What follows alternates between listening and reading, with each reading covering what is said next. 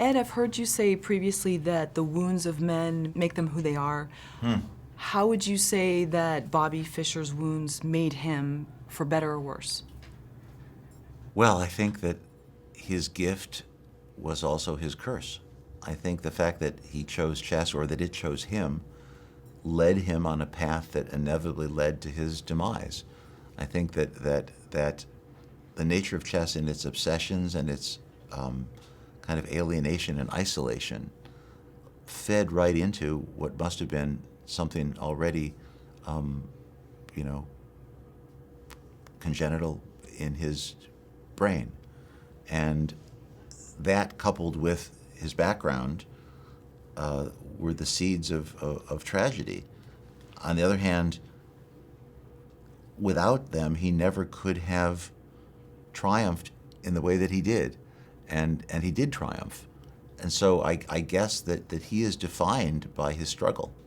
I think I also heard you say that you believe not only an actor should go through a character's process and struggle, but also a writer-director should as well. Did you go into any of those places in your own mind for Bobby Fischer and his life and take yourself? I think if there's truly an intimate relationship between an actor and a director, it is shared. I think the director has to go there to some degree. Some of it may be articulated and some of it not. As you try to visualize a scene, as you try to think of how to portray an experience that's delusional or paranoid or emotional in any way, I think you have to go there, and I think that your willingness to go there is also means that that actor's not going there alone. How do you get the best performance from an actor? I think mostly it's about trust, but it's also about the creation of a universe in which there can be nothing but truth.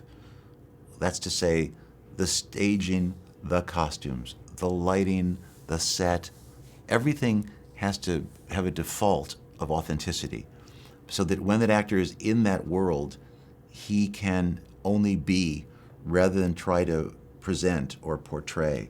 He can just exist in that space and let things happen spontaneously. And I think that is probably the simplest way to put it. Leaving a character in a precarious situation, or I think you've said before, you like it when your characters are able to walk off into the sunset and everything's wonderful. But so much of life is not that way, and we see with Bobby Fischer.